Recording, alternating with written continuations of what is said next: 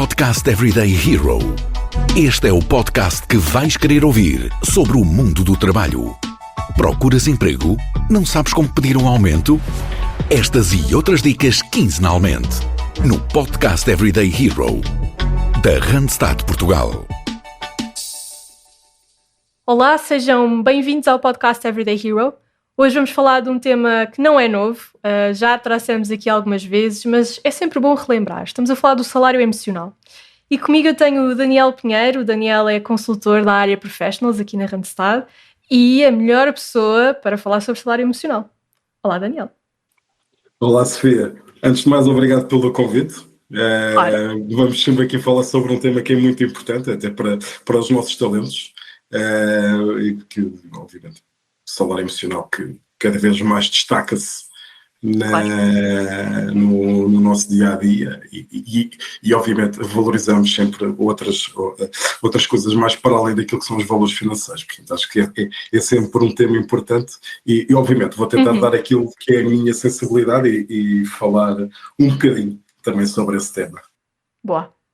Eu acho que começava já por te apresentares e falares um bocadinho também sobre a tua experiência. Claro que sim.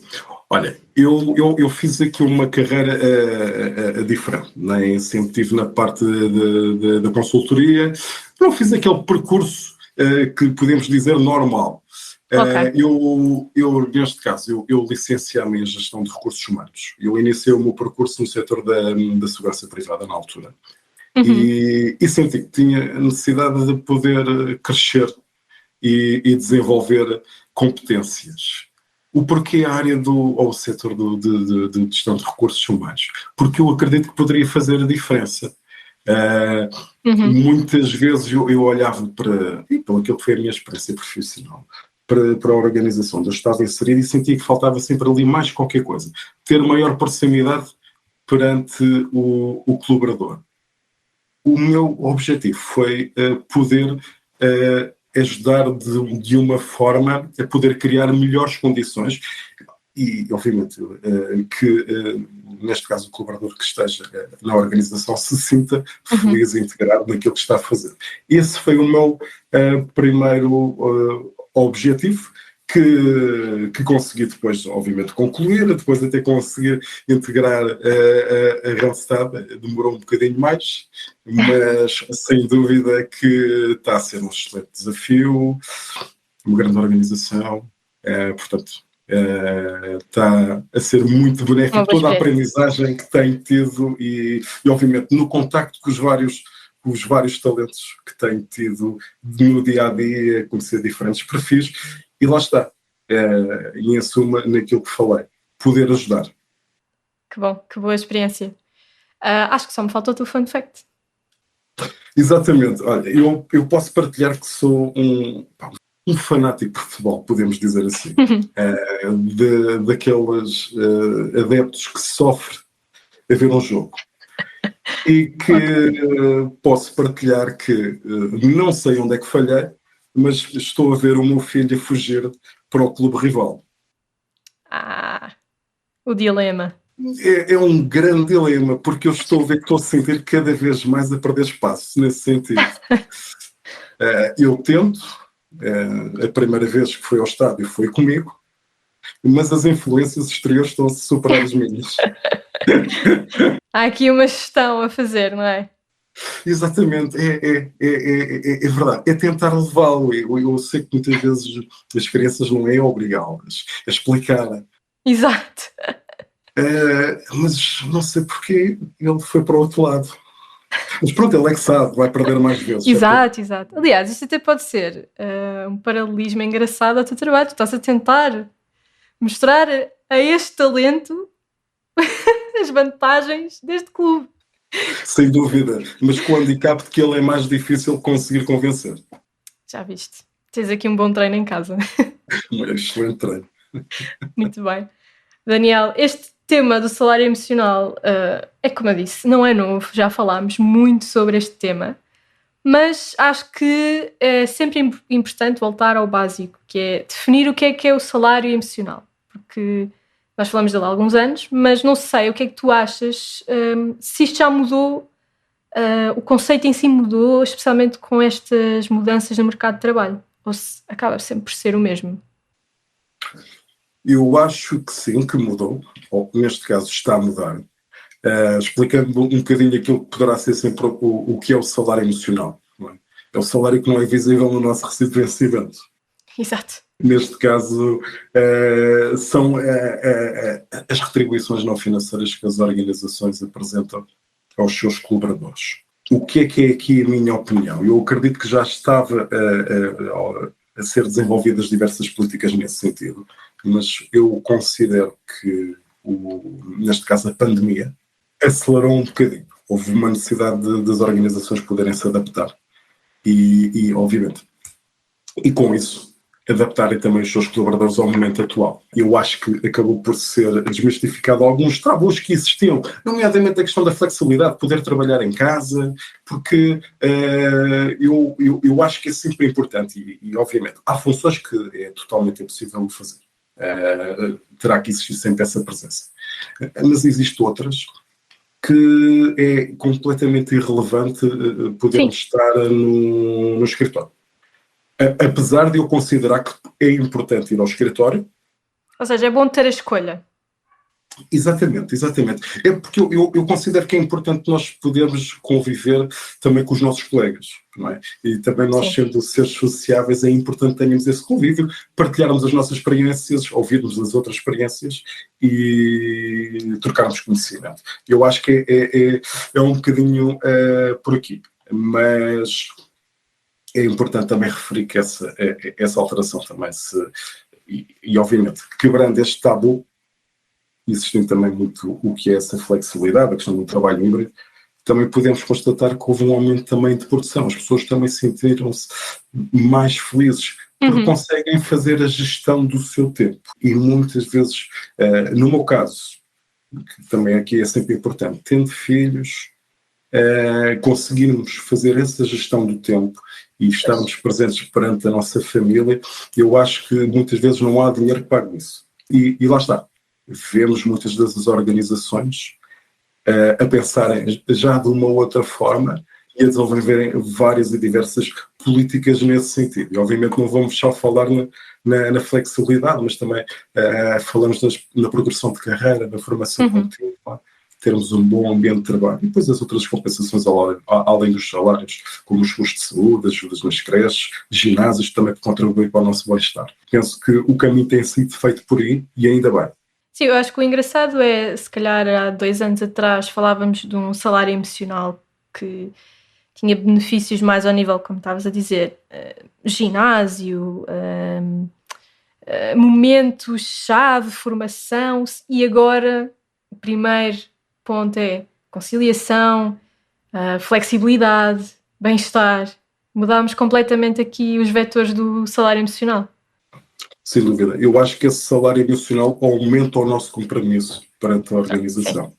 O nosso bem-estar é o mais importante. E muitas vezes a organização são as pessoas. É importante que elas se sintam felizes com aquilo que estão a fazer. E por falares nisso, ia-te perguntar, achas que é uma boa aposta o salário emocional para a retenção de talento? Quando falamos agora num momento tão crítico de escassez de profissionais? Eu, na minha opinião, penso que sim. E eu até aqui vou explicar. O salário atrai talento, mas o salário emocional retém o talento. Com a escassez de encontrar o talento, é prioritário que as organizações consigam reter o seu talento. Eu acho que essa é, pelo menos, a primeira medida mais urgente a tomar. Eu vou passar aqui até vou explicar, por exemplo, com a questão da flexibilidade horária. Eu às vezes falo um bocadinho nisto. Eu estou na área de engenharia e já, neste caso, muitas vezes quando falo com vários colaboradores, neste caso, com talentos, muito daquilo que valorizam já é, por exemplo, terem um trabalho híbrido. Já por vezes já torcem o nariz se nós dizemos, não, olha, são 5 dias presenciais. Porque se nós formos aqui avaliar, e eu já conheci casos em que, por exemplo, de deslocações de ida e volta trabalho-casa, por vezes estamos ali a perder cerca de... Pode acontecer, e conheci estes casos, por exemplo, de 2 horas para ir para o trabalho e de outras 2 horas para voltar para casa. No final de uma semana, temos ali 20 horas só em deslocações. Que em 2022 é inconcebível. Completamente inconcebível. Acaba por ser muito tempo perdido em que não estamos a fazer nada. Basicamente estamos-nos a deslocar para o trabalho ou estamos-nos a deslocar para casa. É um facto que numa fase inicial poderá não desgastar tanto, mas com o passar do tempo torna-se complicado, uma pessoa tem que acordar mais cedo. E quando chega a casa, chega sempre à tarde e a más horas. Lá está, deixa de ter tempo para a sua família. Eu acho que é um bocadinho por aqui. Procuras emprego? A Randstad Portugal tem a tua oportunidade. Vê as nossas ofertas em www.randstad.pt e acompanha as nossas redes sociais com dicas de procura de emprego e gestão de carreira. Não sei como é que é a tua experiência, mas isto acaba por ser quase aqui as primeiras dúvidas de quem procura trabalho. Qual é a política da empresa? Qual é aqui a abordagem à flexibilidade? Mais até do que o salário? Muitas das vezes, sim. Eu já tive alguns dos nossos talentos que priorizaram essa vertente do que a vertente financeira. Não é? Porque há coisas que o dinheiro muitas vezes não compra. E o que ele não compra é tempo. É tempo que nós podemos utilizar de qualidade para estarmos com os nossos. Eu acho que aqui é importante que eu também dos candidatos tenha sempre essa nota. Já é como eu digo, nós quando falamos, se temos aqui uma oportunidade que é presencial, e atenção, acontecem situações que é fulcral que a pessoa tenha que estar lá. Há setores que é difícil isso alterar. Mas existem outros setores que nós conseguimos fazer essa alteração e apresentando esse projeto é sempre um bocadinho mais fácil. Lá está, acaba por aumentar também o compromisso do colaborador perante a organização. Portanto, tenho encontrado vários candidatos no qual tenho abordado essa questão, no qual mencionam e que consideram que é importante, nomeadamente para aqueles que já têm filhos, e mesmo para aqueles que não têm, para fazer outras atividades que também gostam, que se perderem tempo de deslocação não o conseguem fazer. Portanto, é um bocadinho por aqui. E se nós pensarmos neste conceito de salário emocional, é muito abstrato ainda, porque nós nem falamos neste termo, não é? Falamos de políticas, de práticas, mas não há aqui um planeamento de salário emocional construído pelas empresas. Tu achas que devia haver este primeiro passo das organizações, quase ter aqui o descritivo de salário e depois de salário emocional? Eu penso que seria importante. Eu acredito que algumas organizações também já têm algumas políticas até pré-definidas. Algumas estratégias que podem incidir nesse sentido. Muitas vezes é importante para um colaborador, nomeadamente quando entra para uma organização, perceber qual é que poderá ser o seu percurso. Perceber o que é que pode fazer para atingir determinado patamar. Porque aquela questão que muitas vezes, antigamente nós falávamos de um emprego para a vida, isso já deixou de existir. É importante que a organização trace o plano para esse potencial talento para que se possa crescer e desenvolver. Eu acredito que se todos nós tivermos um foco, um objetivo, tenho a certeza que é muito difícil ficarmos desmotivados. Percebemos que se chegarmos a determinada meta, subimos um determinado degrau. Eu acho que é um bocadinho por aqui.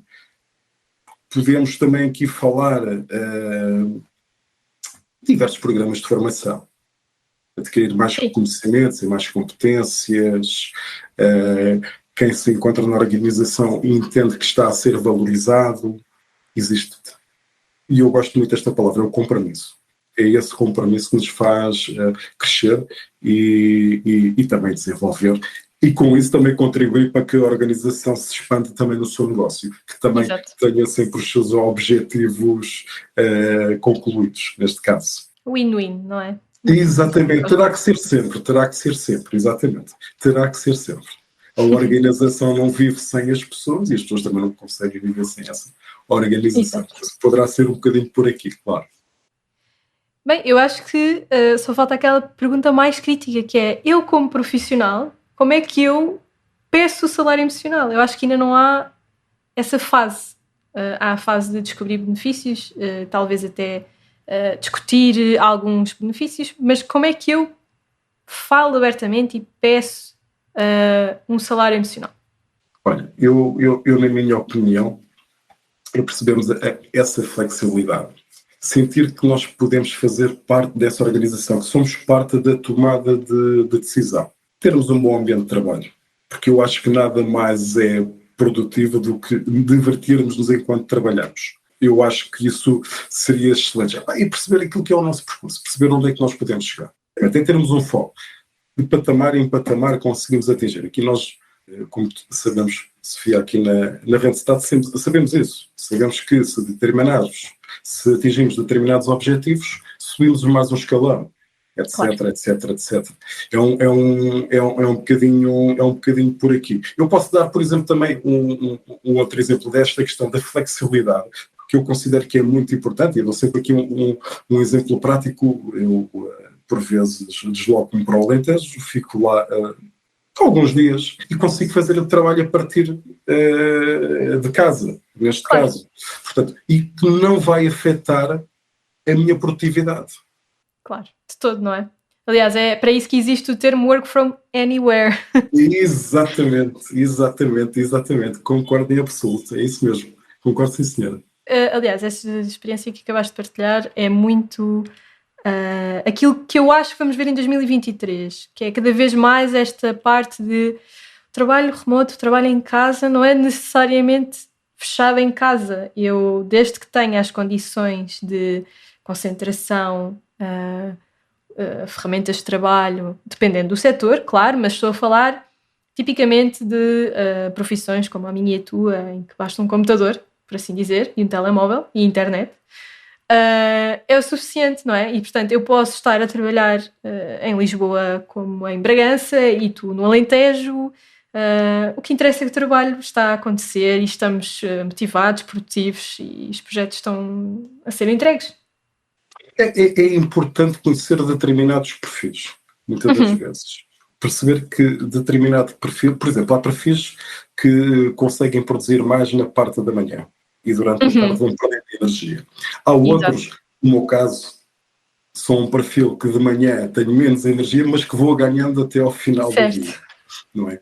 É perceber e compreender cada um desses perfis, porque eu acho que cada um deve fazer a gestão do seu tempo. Sim. Obviamente, tem metas sempre a atingir, mas se fizer uma gestão do tempo eficaz, não tenho a mínima dúvida que irá conseguir. Porque eu acredito que existe tempo para tudo. Não é? E há pequenas coisas que muitas vezes nós conseguimos